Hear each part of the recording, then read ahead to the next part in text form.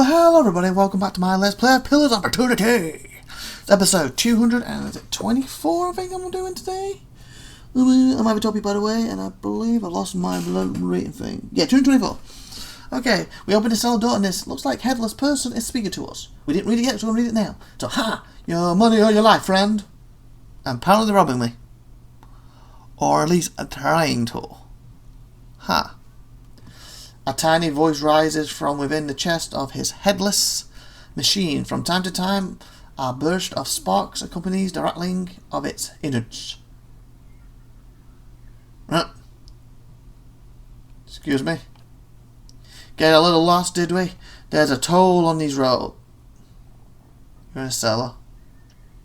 On these roads, 500 copper, or you'll have a new set of nostrils to breathe out of. I don't think you have a head. Your arms twitch spasmodically at its stride. Struck 500. No, please just don't hurt us. We're not on the road, but you're a construct. What are you going to do? Kick me? Much coin. For starters, you regret your jest once you're down in the mud and suddenly list sideways. Huh? That's odd. I swear I had my knife. I've always been very good with knives. Her voice takes on the edge of panic. Where's on my hands? I don't. Where am I? Well, what is happening? There is a sudden harsh metallic squeal and construction pulses with fierce light as it lunges towards you. Okay. Here's a ball.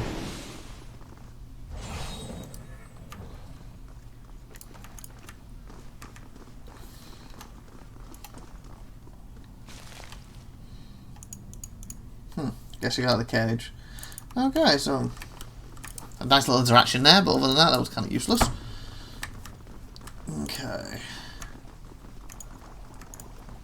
Get back down to this other door. Hopefully the guy's inside there. Maybe he's trapped himself in. Oh my god, you saved me. Well, we'll release you if you help us do this. Fine, something like that. Or he's actually turned to himself, or he's just lying there dead and his whole thing's been useless.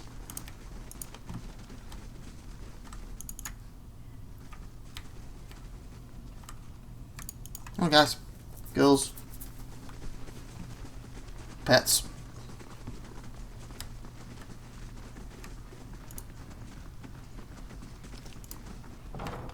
Oh, yep. Something's happening. Oh, there he is. He has a construct. What's probably going to be most powerful is if this goes wrong, I bet. An elderly man hunches over a cluttered desk in the back of the workshop. His flesh is pulled tightly around thin, fragile-looking bones, except around his neck, where it hangs in loose. What was that? Wattles? Wattles? He turns as you enter, a skull already chiseled into his lined face. Back again? I told you. He hesitates, squinting at you from behind smudged and dusty spectacles. Of course, a fresh fool to replace the last fools. What brings you stomping through my workshop, eh? He just said we're back here, we haven't been here before. And by the sound of fresh fools replace last fools, it means he's going to try and turn us to these. He draws his words out, looking you up and down, a sneer creeps across his face. Questions about the battery in the White Forge.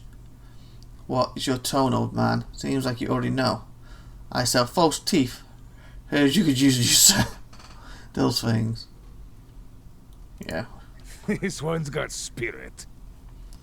He erupts with a ragged cackle. There's a spirit still wheezing with mirth. He turns to the bronze golem over his shoulder. What do you think of that, my girl? A kindred soul? You better hope not. The voice echoes from within the golem. Ah, I've got a fancy for this. Oh, and already. Hear that, Timora? Another who would tolerate your barbs and insults. Anyhow, get on with it. Wait, say nothing. Get on with it. I didn't come to listen to you two bicker. Clear your throat. But you come seeking the White Forge, like they all do. Boys with smooth cheeks and wild dreams. Girls with bright ribbons tied next to their scabbards. His voice raises and falls with the sing-song of mockery. Old men and women, too, seeking a final blaze of glory before they're snuffed out for another turn at the wheel. Sound familiar? He smiles in rigid as he looks at you, and the corners of his eyes twitch.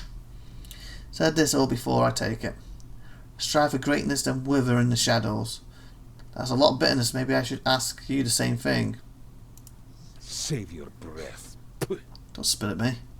He hawks a wad of phlegm from the back of his throat and spits into the corner. Oh, at least it's the corner. I'm glad that end part just saved you from a smack in the face. I have this conversation with every pig-headed swashbuckler Wow. those postonagos and stalwarts send here. Go see Galvino, they say. Surely he'll help you. Must have slipped their minds what a busy and important fellow you are. Can we get her on our side as a thing? That'd be awesome. In the silence that follows, the temperature in the room seems to drop. Cameron glares at her. I should have let them stone you. Would have silenced your endless We'll take it. rambling forever. Thinks he'd take a shine to her. Hanging folds of skin beneath it. It'd be cool if she actually comes around the group like as the elves put thing. Do you know how Super Tiffy on this has is it lion on her side, Gemini, and how my cat doesn't fight, but I'm saying that she basically will be like that. While the skin beneath his neck trembles. Then you'd have naught but those frostbitten inbreds for company. Well, I kind of wiped them out. Guess this is what it would be like if Oliver and Esmond were two separate people. Come on, I sound nothing like either of them. Focus, please. Arna said you could help me. Takara, I would really appreciate your help, please. Pathetic old fool, I knew you couldn't tell me anything useful. That is going to be a fight, end of.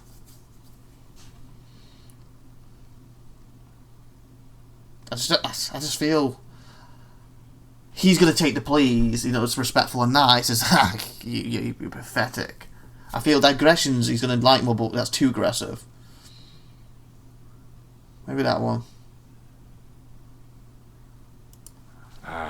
The only one young enough to have any sense. And since his mother runs that town now, who am I to argue? Your last bit alone. The villagers and their adventurers hammer and pry at the battery as if they were laying siege to some mouldering lord's keep. He swats at the air in front of his face. But those stones were laid by some of the finest builders ever to have lived. Disciples of Abidan in the truest sense. Okay. They will not fall by the whims of any kith. But you know the And the end. door itself, it is infused with living essence. That's what you're experimenting on. Holds his hands before him and his eyes are wide with wonder. So, how does one get into the fortress? The point already. That's why the dwarves disappeared. They got locked out of their own fortress.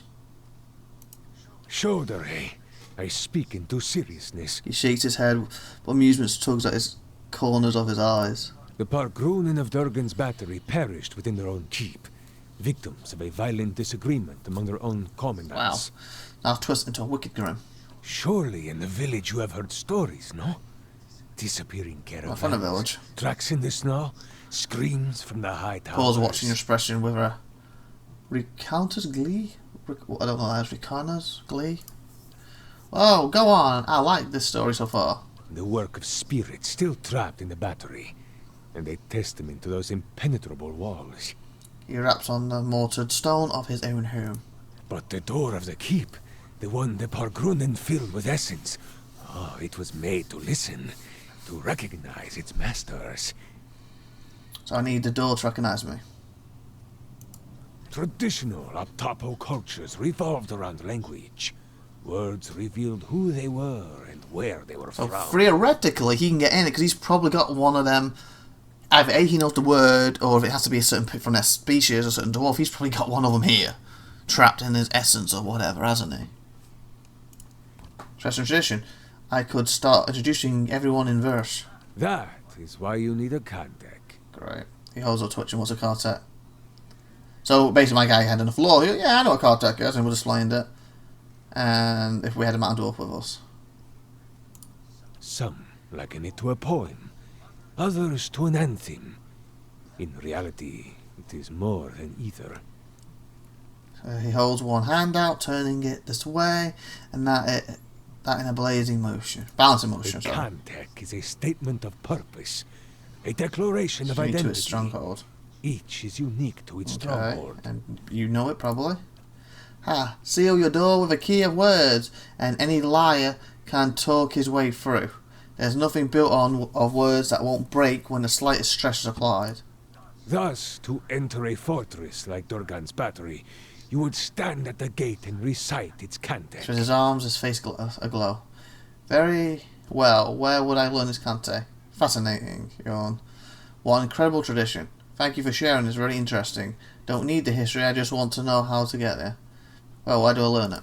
To learn the cantic, you must speak with one of the dwarves of Durgan's battery. They're all dead. A shame they are all dead, no? He's got one of them. Or at least the essence or something. Just sounds the other pacing. But no doubt their souls live on in one or two of the villagers of Stalwart. Oh. Like fine wine poured into a cheap pot. Huh. So just take a villager with us. Because his lips. But to identify them, that is the first problem. You would need the skills of an animancer. He wags a finger at the ceiling. You're an animancer. I'm a watcher. Gorn swirls her head sharply towards you, her mask of a face, and then glass eyes behind it betray no emotion, but it seems as if she's watching you carefully. A watcher? Diverus? If this is true, then you could find a soul descendant from Durgan's battery, no question. But the greater difficulty remains. Which is Gorn's whiskers cheeks. You would have to learn the cantic from the dormant soul. And to do that, you would have to awaken it. So wouldn't that kill the person inside, or would they just temporarily take over, tell you you're fainting, and go back to sleep? And it is all I need. This awakening would be permanent. That's what I was saying, wasn't it? Oh. Yeah, Yes. so you're killing the person to bring somebody from the dead back. Wow. Whoever you awaken will live with the memories and the personality of a past life. Maybe peacefully. Okay. Maybe not. So they could be peacefully. So maybe if I can get someone and can talk to them and they agree to it, their shoulders rise in a shrug. That is why you must pay attention to the soul you would awaken, no? I guess that's what he means by that. I'm thinking is, well, if there's ever listed a soul and it sounds, oh, he's aggressive, he's a robber, he's a... something like that, he's probably no good. Or, for example, I find a dwarf soul who for some reason hates humans. Awaken him, he'd be disgusted that he's in a human body, and then he'd be conflict with a human all the time. Something like that. Basically like a racist dwarf, wouldn't it? Or even somebody who, I hate dwarves, it's a human, and you awaken dwarf inside him, he's gonna, you know... I think that's the kind of thing it's talking about, isn't it? It is a monumental thing to impose on another, but these are the very people who wish to rediscover the White Forge, Verus. Uses his spectacles and polishes the dirty lenses with his tunic. This is going better than I thought. I honestly thought we were going to be here and we are going to be battling each other, and this would be like the ultimate boss for this area. I was still hoping he will leave for her to come with us. Moves his spectacles and polishes the dirty lenses with his tunic. So how could I do that? An awakening is merely the jolting of a dormant soul into consciousness. He makes a bursting motion with his hands, splaying his fingers wide.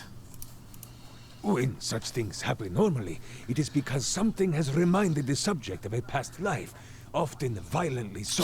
So in other words, I just need to find a dwarf that had the throat slit, and then just pull a sword and I'm gonna kill you, and then the dwarf pop back up. Or one that was vicious killed by a druid wolf form. He smacks his workbench with a surprising vigour. Flinches. Thus, to awaken one of the former dwarves of Durgan's battery, you will need to address that soul, preferably by name. Of course, we need to know the name too. Hopefully my powers allow me to do that.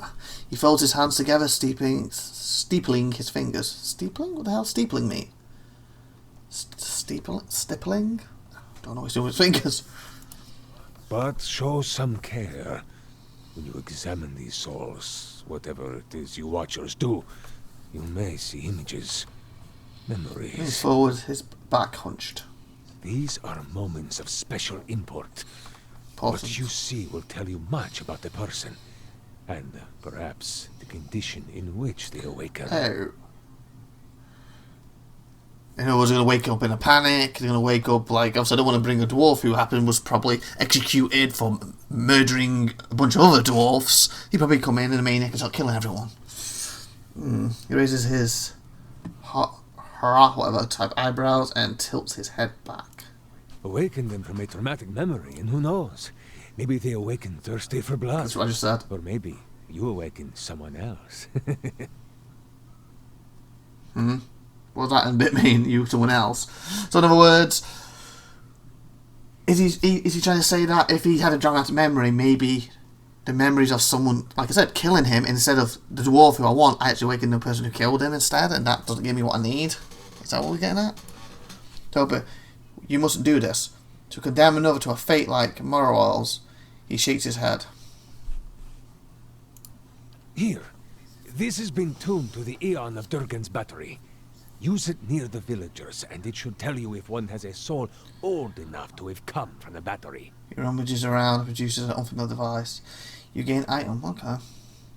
So the can is all I need. Who can say? None have yet opened Durgan's battery. Hands and palms up. But the ones that came before you, I think they got close.